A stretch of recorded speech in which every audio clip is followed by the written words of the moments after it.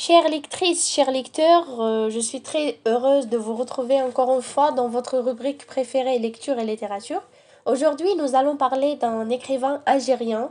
C'est l'un des grands écrivains qui ont marqué la littérature algérienne. C'est un poète, prosateur, dramaturge, patriote ennemi du colonialisme dès son plus jeune âge au lycée de Sétif.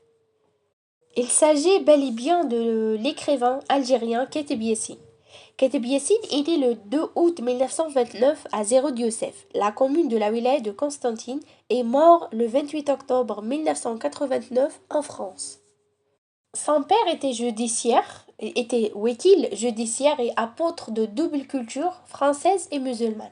Après l'école coranique, il entre à l'école et au lycée français. À l'âge de 15 ans, il participe à des grandes manifestations à Sétif. C'est des manifestations des musulmans qui protestent contre la situation inégale qui leur est faite.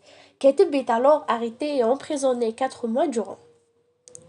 Du retour en Algérie en 1948, il entre au quotidien Alger républicain et y reste jusqu'à 1951. Puis il revient en France où il exerce divers métiers.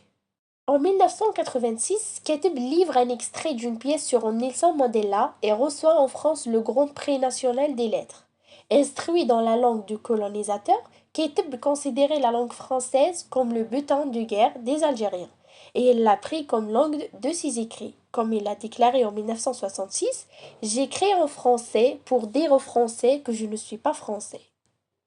Quand on dit Keteb Yassine, on pense directement à son célèbre roman Nedjma.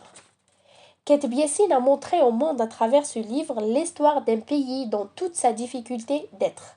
Cette Algérie où la douleur était reine. Publié en pleine guerre d'Algérie, Nedjma échappe cependant, comme toutes les œuvres majeures, aux circonstances de sa naissance et s'impose, 40 ans après, comme l'un des romans contemporains les plus forts.